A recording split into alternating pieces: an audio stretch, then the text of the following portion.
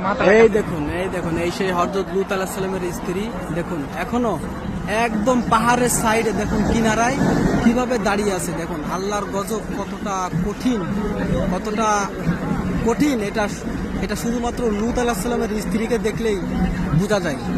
দেখুন এখন ওই অবস্থায় আছে, চাইলে ঝড় বাতাস কোনো কিছুতে এটা ভাঙে নাই। দেখুন একদম পাহাড়ের ঘিসাই, পাহাড়টা ঘেঁষে একদম তার নিচেই রাস্তা, কিন্তু এখনকার রাস্তা হয়েছে, কিন্তু ওই সময় রাস্তা ছিল না। দেখুন তার পাশে দেখুন ওগুলো দেখুন মাটির মূর্তি হয়ে গেছে।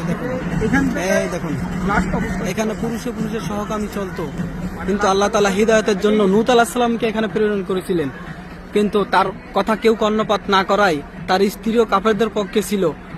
আল্লাহ বলেছিল নূহ আলাইহিস সালামকে তুমি তোমার গোত্র নিয়ে চলে যাও এখান থেকে, পরে যারা পিছন ফিরে দেখবে তারা মূর্তি হয়ে যাবে। কিন্তু লূত আলাইহিস সালাম সেই স্ত্রী পিছন ফিরে চাওয়ায় সে আজও এই অবস্থায় মূর্তি হয়ে দাঁড়িয়ে আছে। বিশ্ব মুসলমানদের জন্য এটা একটি শিক্ষণীয় নিদর্শন, একবার দেখুন।